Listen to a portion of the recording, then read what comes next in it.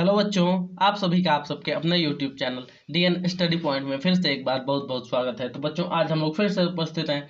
कक्षा 9वीं के ही कुछ पाठगत प्रश्न हैं जो कि हमारे दूसरे अध्याय यानी कि रसायन विज्ञान के दूसरे अध्याय जिसका नाम है हमारे आसपास के पदार्थ शुद्ध हैं। तो इस पाठ से ये लास्ट वीडियो है, इसके बाद आपका जो भी पाठगत प्रश्न है वो खत्म हो जाएगा दूसरे पाठ का। ठीक है, तो एक लास्ट प्रश्न ये बचा था। इसके सिवा एक और प्रश्न है जो आपको स्वयं करना है। वो प्रश्न है, अपने आसपास की चीजों को शुद्ध पदार्थों या मिश्रण से अलग करने का प्रयत्न करें। ठीक है, तो ये बच्चों के खेलने वाला प्रश्न है, ये आप कर लीजिएगा। ये परीक्षा में पूछा नहीं जाता, इसके लिए मैंने इसमें मेंशन नहीं किया। अभी जो एक प्रश्न है उसको हम लोग हल करेंगे इस वीडियो में। क्या है कि पेड़ों को काटना। ठीक है, हम टांगी उठाते हैं और पेड़ों को काट डालते हैं। जानते हैं कि ये पर्यावरण के लिए प्रदूषण का कार्य करता है, हमारे लिए हानिकारक है, फिर भी करते हैं। क्या करिएगा, हम लोग ऐसे ही हो चुके हैं अपने कार्यों से।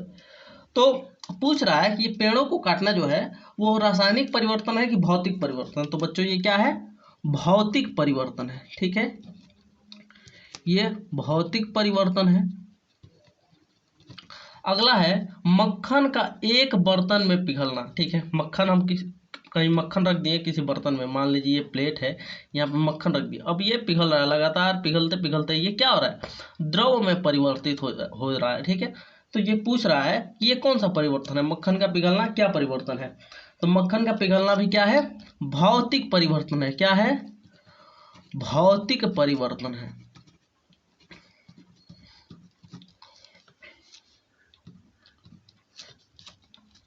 भौतिक परिवर्तन। अगला है हमारा अलमारी में जंग लगना। ठीक है, तो अलमारी में जंग लगना क्या है, आपका रासायनिक परिवर्तन है। क्या है, रासायनिक परिवर्तन है।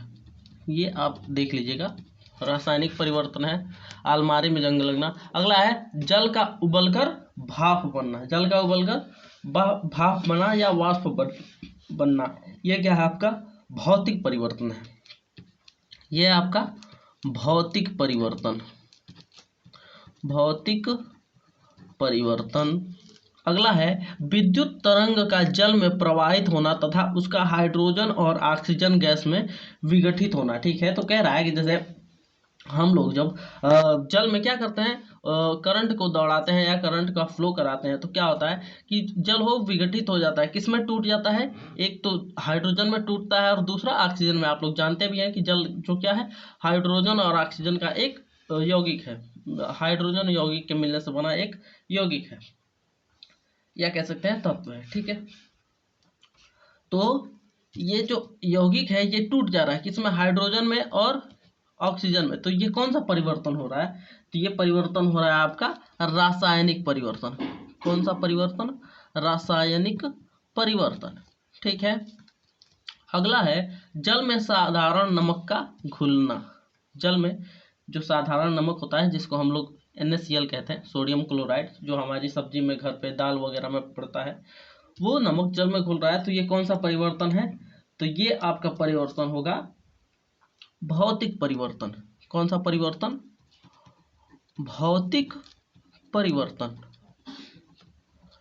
अगला है आपका फलों में सलाद बनाना या फलों से सलाद बनाना। ठीक है, तो फलों को काट के आप लोग जानते हैं कि सभी जब शादी ब्याह होता है या घर पे भी खाने के लिए सामान्यतः सलाद बनाए जाते हैं फलों को काट के। तो फलों को काट के जो सलाद बनाया जाता है वो कौन सा परिवर्तन है, आपका भौतिक परिवर्तन है। कौन सा परिवर्तन है, भौतिक परिवर्तन है। ठीक है, अगला है लकड़ी और कागज का जलना। यानी कि लकड़ी में या कागज में जब आप आग लगा देते हैं माचिस से तो वो जलने लगता है, तो उसका जलना कौन सा परिवर्तन है, रासायनिक परिवर्तन है। रासायनिक परिवर्तन है, रासायनिक परिवर्तन। अब एक बात समझिए, हमने किस आधार पे इन सबको रासायनिक परिवर्तन या भौतिक परिवर्तन, तब से हम रासायनिक भौतिक खेल रहे हैं, किस आधार पर इन लोगों को रासायनिक या भौतिक परिवर्तन में छाटा। तो इसका आधार है कि वे क्रियाएं, वे क्रियाएं जो भौतिक विधि से, भौतिक विधि से उलट नहीं की जा सकती, उलट नहीं की जा सकती, नहीं की जा सकती, वे सभी क्रियाएं क्या कहलाती हैं?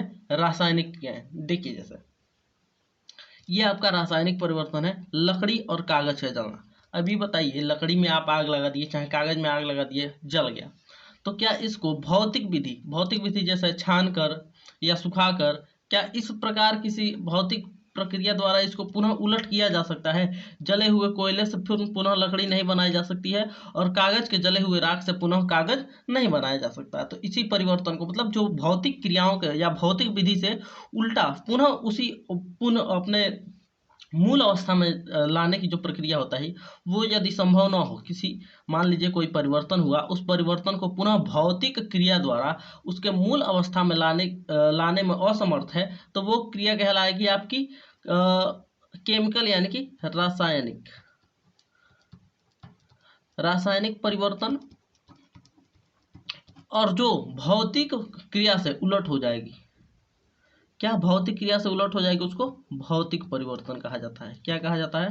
भौतिक परिवर्तन। भौतिक परिवर्तन कहा जाता है। जैसे आपका ये जल में साधारण नमक का घुलना है, भौतिक परिवर्तन। अब इसको हम ताप देंगे, जब जिस जल में ये नमक घुला है उस जल को यदि ताप देंगे तो क्या होगा कि जल जो है वो वाष्प बन के उड़ जाएगा, और उसमें जो नमक घुला था वो कटोरी में ही रुका रह जाएगा, ठीक अपने मूल अवस्था में आ जाएगा।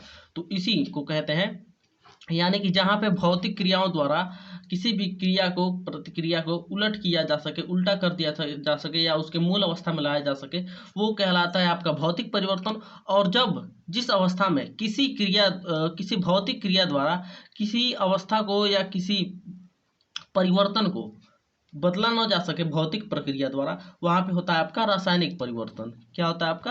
रासायनिक परिवर्तन। तो उम्मीद है कि ये वीडियो आपको समझ में आया होगा, अच्छा भी लगा होगा। तो आप लोग चाहें तो वीडियो को लाइक कर सकते हैं और चैनल को भी सब्सक्राइब कर सकते हैं। हमारी जो विभिन्न पाठों की पाठगत सीरीज चल रही है, पाठगत प्रश्नों की, वो ऐसे ही लगातार आती रहेगी। और अगला हमारा जो पाठ है वो आप लोग जानते हैं, उसका नाम है परमाणु एवं अणु। तो इसको हम लोग पढ़ेंगे। तो मतलब परमाणु और अणु में जितने भी आपके पाठगत प्रश्न है, वो सारे पाठगत प्रश्नों के वीडियो हम पूरा प्रयास करेंगे कि इस चैनल पर उपलब्ध हो जाए आप लोगों के लिए। तब तक के लिए मिलते हैं अगले वीडियो में। धन्यवाद। जय हिंद।